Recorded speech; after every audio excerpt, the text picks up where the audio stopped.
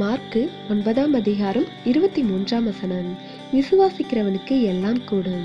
கிறிஸ்துவுக்குள் அன்பானவர்களே, சில செயல்களை செய்வது கடினமானது போல இருக்கலாம், ஆனால் அவைகள் முடியாதவைகள் அல்ல. ஆவிக்குரிய பாதையில் கர்த்தரை பிரியப்படுத்துகின்ற சில காரியங்கள் கடினமானதாக இருக்கலாம்.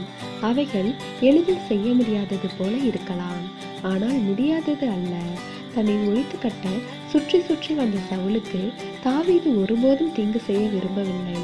தனக்கு மிகப்பெரிய துன்பங்களை கொடுத்த சகோதரர்களை யோசேப்பு கசந்து கொள்ளவில்லை. ஆம், கர்த்தர் நமக்கு சில கடினமான விஷயங்களை காட்டியிருக்கலாம், ஆனால் அந்த சிரமங்களையும் பாரங்களையும் ஏற்று அவைகளை செயல்படுத்தவே தேவன் நமக்கு பரிசுத்த ஆவியை அளித்துள்ளார். தேவ ஐக்கியத்தில் நாம் ஸ்திரமாய் இருந்தால் கடினமான காரியங்களும் பரிசுத்த ஆவியால் நிச்சயம் எளிதாக்கப்படும். அதற்கு நம்மிடத்தில் உறுதியான விசுவாசம் இருக்க வேண்டும். அப்பொழுது அசாதாரணமானவைகளும் சாதாரணமானதாகிவிடும்.